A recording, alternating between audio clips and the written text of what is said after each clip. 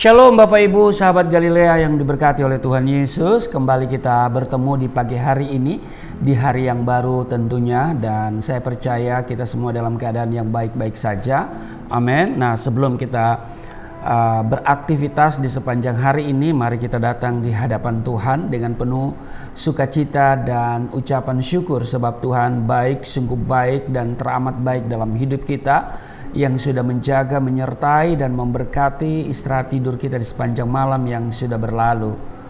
Karena itu mari kita datang di hadapannya dan kita mau baca, dengar, renungkan firman-Nya. Mari kita berdoa. Bapa yang baik, Allah yang Rahman dan Rahim, pencipta langit dan bumi dan dengan segala isinya, Allah yang kami kenal, kami sembah, di dalam nama Tuhan Yesus kami muliakan nama-Mu. Datanglah kerajaan-Mu, jadilah kehendak-Mu di bumi seperti di surga.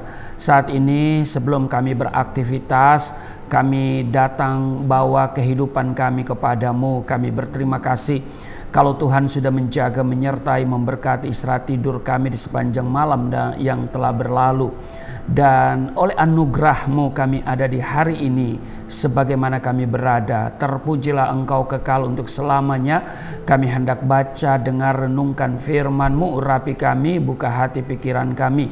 Urapi juga hamba-Mu yang tidak ada apa-apanya. Setiap kata kalimat yang keluar dari mulutku adalah kata kalimat penuh kuasa, penuh urapan. Setiap mereka yang mendengar diberkati, berakar, bertumbuh, berbuah di dalam Engkau. Kami diamkan seluruh suara hati kami kecuali suara Tuhan yang kami mau dengar, dan dengan penuh sukacita kami sambut kebenaran firman-Mu di dalam nama Tuhan Yesus. Haleluya, amin.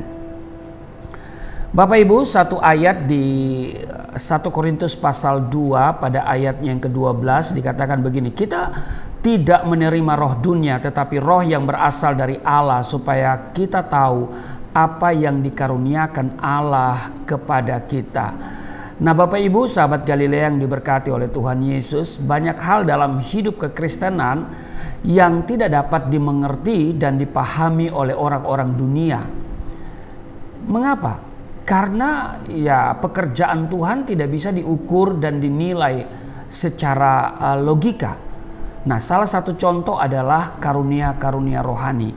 Kalau kita baca di 1 Korintus pasal 2 ayat 13 dan 14 dikatakan begini: dan karena kami menafsirkan hal-hal rohani kepada mereka yang mempunyai roh, kami berkata-kata tentang karunia-karunia Allah dengan perkataan yang bukan diajarkan kepada kami oleh hikmat manusia, tetapi oleh roh. Ayat 14, tetapi manusia duniawi tidak menerima apa yang berasal dari roh Allah, karena hal itu baginya adalah suatu kebodohan, dan ia tidak dapat memahaminya sebab hal itu hanya dapat dinilai secara rohani.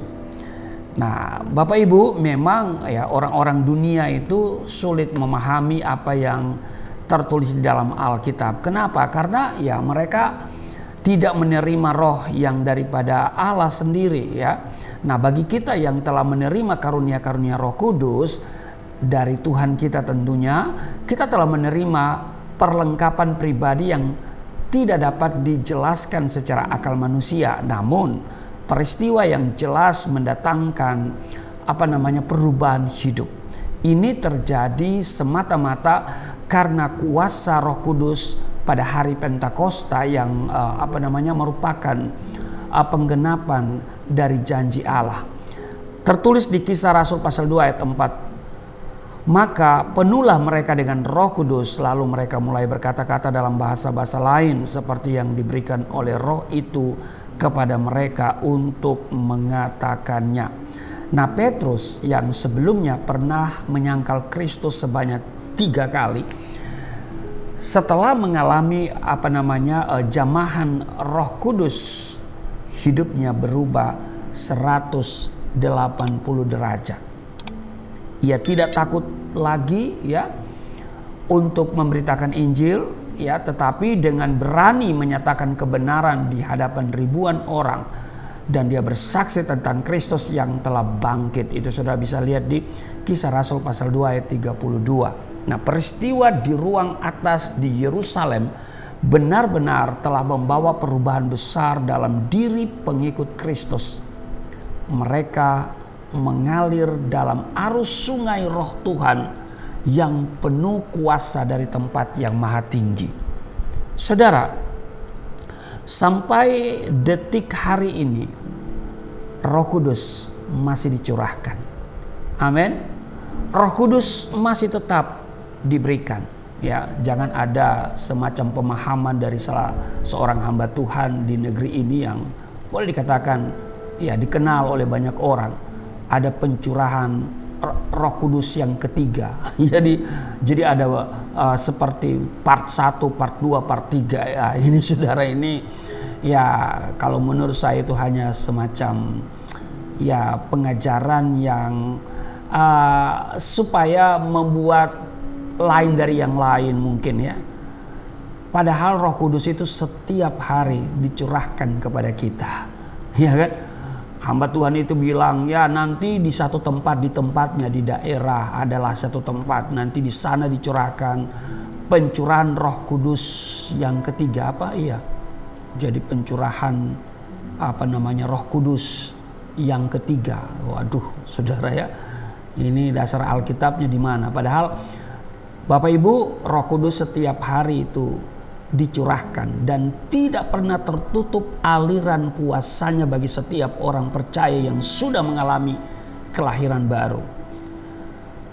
Kekuatan kuasa Roh Kudus inilah yang sanggup mengubahkan dan menguatkan hidup orang percaya, ya, sebagaimana tertulis di dalam Alkitab.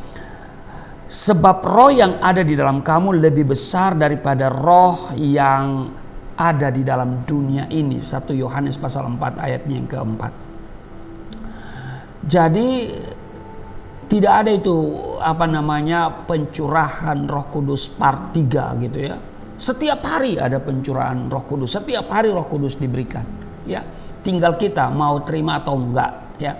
Karena oleh Roh Kudus itu yang membuat kita semakin teguh di dalam Tuhan, kuat menghadapi tantangan hidup. Seperti saya mengalami aniaya di penjara karena memberitakan Injil, ya, karena kesaksian. Kemudian saya diproses sebagai seorang narapidana yang dituduhkan penistaan agama. Ya, kalau bukan Roh Kudus saya tidak kuat, ya. Saya dianiaya, ya, saya intimidasi, dimasukkan ke sel tikus, ya, selama beberapa hari. Tapi saya tetap kuat dan saya tidak menyangkal Yesus, karena saya tahu hanya Dia Tuhan dan Juru Selamat yang membawa saya kepada kehidupan yang kekal, bahwa di luar Dia tidak ada jaminan keselamatan, ya. Dan karena itu hanya Roh Kudus yang memampukan kita untuk mengatakan ya Aba, ya Bapa, ya kan? Hanya Roh Kudus yang mampu membuat kita kemudian bertahan di dalam iman sekalipun mengalami banyak aniaya, intimidasi.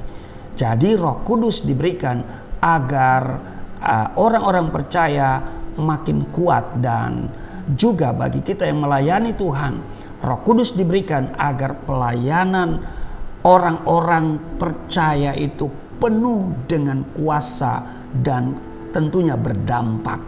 Amin. Karena itu Bapak Ibu, kiranya kita setiap hari hati kita terbuka, ya, untuk Roh Kudus yang akan membawa kita, memimpin kita kepada kehidupan yang berkenan kepada Dia, dan Dia yang akan mengajari kita bagaimana kita harus berdoa, ya. Kadang-kadang kita sudah tidak bisa lagi berkata-kata karena begitu beratnya persoalan yang kita hadapi. Tetapi Roh Kudus yang akan memampukan kita untuk berdoa, ya. Dan karena itu Bapak Ibu, abaikan kalau ada ajaran yang mengatakan pencurahan Roh Kudus yang ketiga. Waduh. Nah, sesudah itu tentu ada yang keempat. Nah, setiap hari Roh Kudus diberikan kepada setiap orang yang hatinya terbuka, kepada setiap orang yang mau bertobat, kepada setiap orang yang mencari kebenaran, setiap orang yang merindukan Tuhan, ya kan? Setiap orang yang merindukan firman Tuhan, Roh Kudus akan diberikan kepadanya, sehingga dengan hadirnya Roh Kudus dalam hidup kita, kita semakin hari semakin kuat di dalam Tuhan. Amin. Tuhan Yesus memberkati, mari kita berdoa. Terima kasih Tuhan, hari ini kami diingatkan bahwa Roh Kudus selalu ada untuk kami, dan kami selaku orang percaya bukan menerima roh yang dari dunia, tapi kami menerima roh yang daripadamu.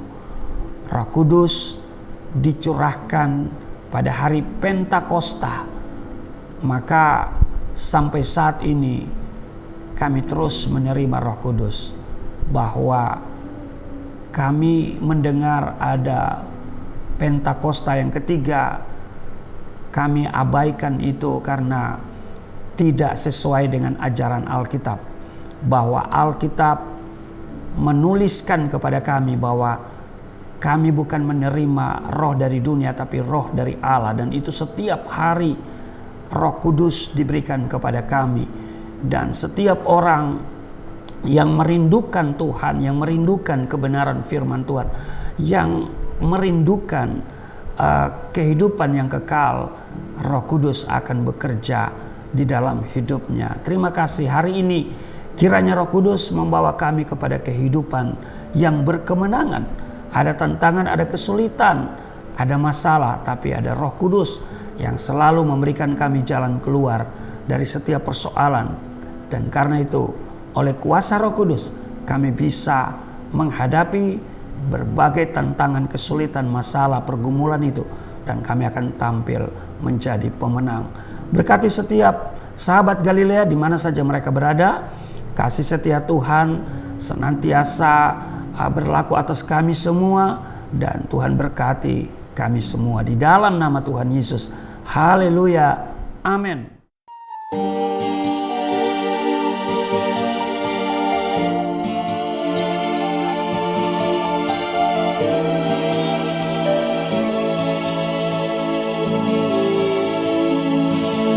Bapa kami yang di surga,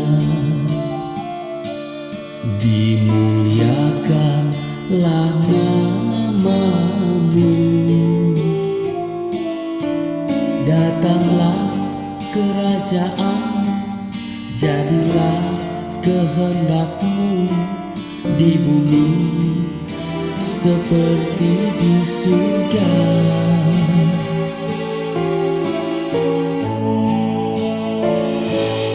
Berikanlah kepada